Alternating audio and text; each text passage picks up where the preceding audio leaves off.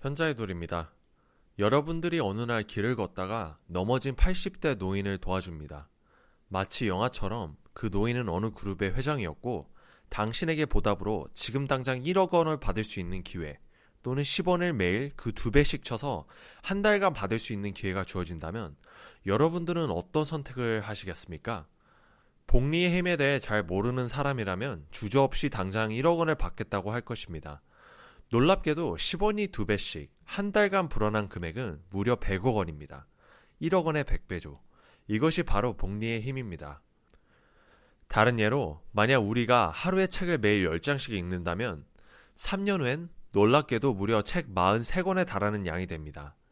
연구 결과 90% 이상의 사람보다 더 많은 지식을 보유하는 데 필요한 책은 4권이라고 말합니다. 43권 정도면 거의 전문가와 맞먹을 정도의 지식을 보유할 수 있지 않을까요? 복리는 금융뿐만 아니라 공부, 건강, 대인관계, 직장생활 등 우리 인생 모든 곳에 작용된다고 합니다. 그렇다고 복리가 무조건 매력적인 것만은 아닙니다. 누구나 빨리 부자가 되고 싶고 조금만 돈을 넣어도 이익을 왕창 불릴 수 있는 투자처를 찾고 싶어 합니다. 그에 비해 복리는 섹시한 투자 방법과는 거리가 멀고 많은 기다림이 필요합니다. 복리의 힘을 이용하여 큰 결과를 얻기 위해선 작더라도 현명한 선택과 꾸준함 그리고 시간이 더해져야 합니다. 인생도 복리가 됩니다의 저자 데렌 하리는 멀티 밀리어너로 석세스 잡지의 편집장으로 일한 경력이 있습니다. 석세스에 근무할 당시 그는 한 달 평균 6명의 성공한 사업가들과 인터뷰를 했다고 합니다. 다렌은 인터뷰를 통해 대부분의 자수성가한 사업가들이 복리 현상을 통해 지금의 성공에 도달했다는 것을 깨닫습니다. 복리의 기술을 포함해 저자는 책에서 총 6가지 성공 전략에 대해서 이야기합니다. 다렌은 사회의 많은 사람들이 마이크로웨이브 멘탈리티를 갖고 살아간다고 이야기합니다. 전자레인지에 음식을 데우는 것처럼 무엇이든지 즉각적인 것에 익숙해져 있다는 것이죠. 우린 보다 빠른 다운로드를 원하고 패스트푸드를 즐겨 먹으며 몇 초도 안 돼 전송되는 카톡 메시지에 익숙해져 있습니다. 저자는 복리의 기술을 사용하기 위해선 마이크로웨이브 멘탈리티를 버리고 성공 또한 단박에 이루어져야 한다는 바람을 떨쳐내는 게 관건이라고 말합니다. 그러기 위해선 즉각적 만족을 포기하고 핵심 가치를 쫓아야 한다고 말합니다. 다렌은 내 삶에 영향을 주는 핵심 가치야말로 우리 안에 내재된 나침판 같은 역할을 하며 우리를 최종 목표까지 안내하는 기능을 한다고 이야기합니다. 또한 이 핵심 가치를 정의하고 재정비하는 것이 성공으로 방향을 바꾸는 가장 중요한 첫 스텝이라고 이야기합니다. 선택의 가로지에 놓여 있을 때 즉각적인 선택보단 나의 핵심 가치를 생각하고 어느 결정이 핵심 가치에 부합하는 최선의 선택인지 생각하여 결정합니다.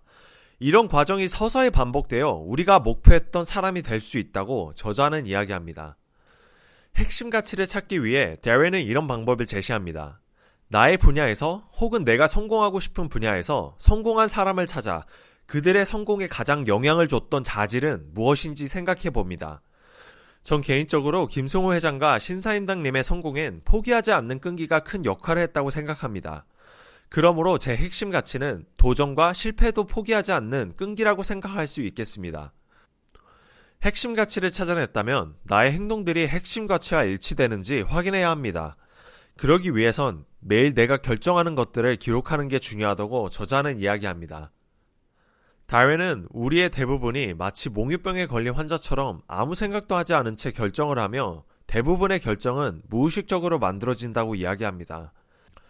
자신의 운명을 스스로 컨트롤하기 위해선 의식적 선택을 하고 매 순간 나의 행동과 선택이 어떻게 결과에 영향을 미치는지 생각하는 게 중요하다고 저자는 말합니다. 전 실제로 다렌의 제안에 따라 일주일간 제가 퇴근 후 어떻게 시간을 보내는지 기록해 보았습니다. 그 후 제 핵심 가치에 맞지 않는 행동 혹은 선택을 발견할 수 있었습니다.